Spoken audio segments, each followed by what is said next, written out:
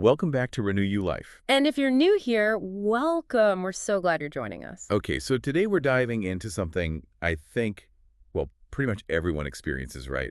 Overwhelm. Oh, absolutely. That feeling. Maybe your to-do list feels taller than you are. No.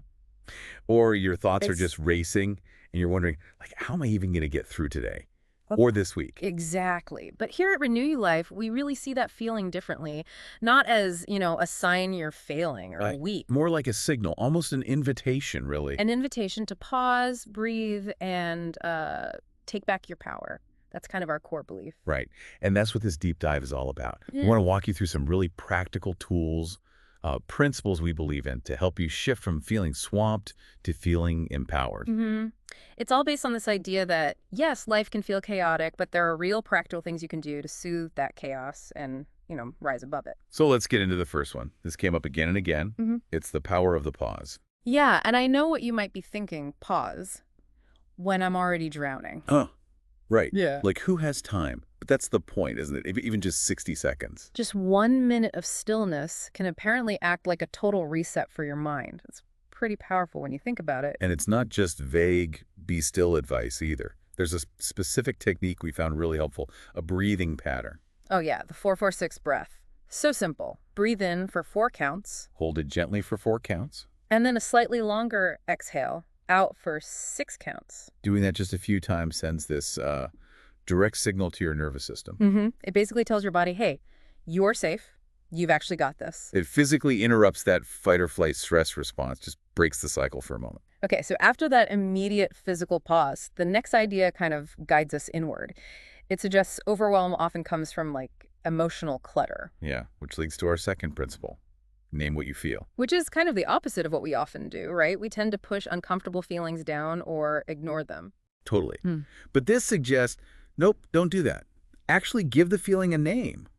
Bring it out into the open. It helps clarify things. That vague sense of dread becomes something more specific, like the examples given. Right, like simply saying to yourself, okay, I feel really stretched thin right now. Or I'm feeling anxious because there's just so much I care about here. Naming it like that? It just changes it somehow. It makes it less like this huge, overwhelming wave and more like something you can actually, look at and understand. Makes it way more navigable. It's like knowing you're dealing with rain versus a hurricane. You Right. can prepare differently. Okay, so what about when it's the sheer volume of stuff?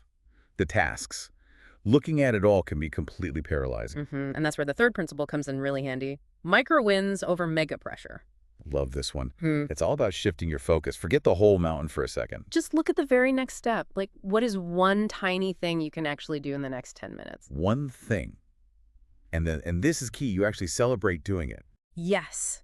Celebrate that win, even if, like the examples say, is just drinking a glass of water you needed. Or finally hitting send on that one email that's been hanging over you. It sounds almost ridiculously simple, maybe? But the idea is that momentum builds from those small, consistent steps. Right. It's not about suddenly achieving perfection or clearing the whole list at once. It's just about progress. Tiny progress. Okay, moving on. This next one, it can feel tricky sometimes, but it's presented as really powerful. Boundaries are brave. Yeah, this one really jumps out because, let's be honest, so much overwhelm does come from saying yes when you really need to say. Not right now. Or just no. Exactly. And setting that boundary isn't being mean or selfish. The way it's framed here is that it's actually a powerful act of self-respect. It's about protecting your energy, your capacity, knowing your limits. And it doesn't have to be some huge confrontation. They could be small things like turning off work notifications after 7 p.m. Or just saying, you know what, I can't take on that extra task right now, my plate is full. Or even, and this is a big one for many, taking a mental health day without feeling guilty about it. Absolutely. The core message is just so direct. Every single time you say no to something that fuels your overwhelm. You're saying a big yes to your own well-being. That's a powerful reframe. Definitely. Okay, fifth principle. This is about creating an anchor for yourself. The idea is to create a renew you ritual.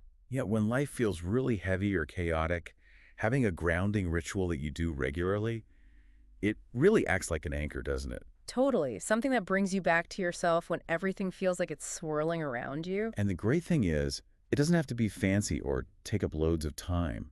It just needs to be yours, something that works for you. It could be super simple. Maybe starting your day journaling with a prompt like, what do I actually need today? Or just stepping outside for 5 minutes, just quiet, no phone. Or even like making a playlist, music that reminds you of who you are, at your best. It's just about intentionally creating that little pocket of time to connect with yourself. Refill your cup before it gets totally empty.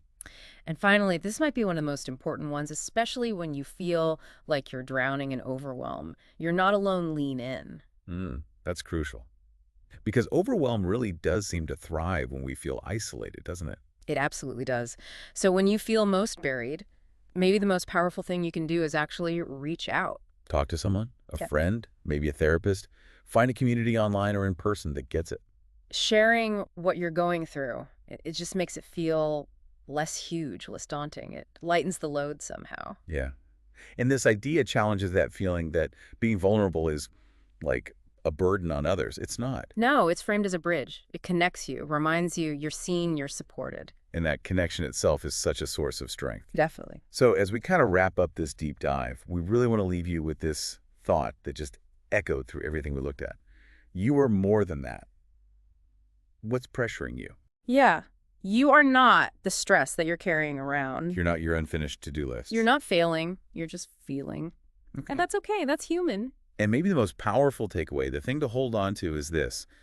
You don't have to do everything. You really don't. You just have to do the next kind thing for yourself. That's it.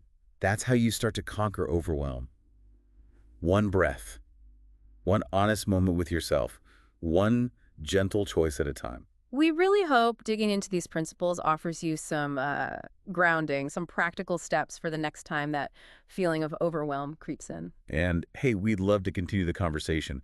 Please come find us, Renew You Life, on social media. Join the community there. We share inspiration and tips around these ideas every day. And as you go about the rest of your day, maybe take a moment to reflect. Out of these 6 principles we talked through today, which one feels like the most doable first step for you right now? Just pick one. No pressure. Give it a try. And please remember to be kind to yourself in the process.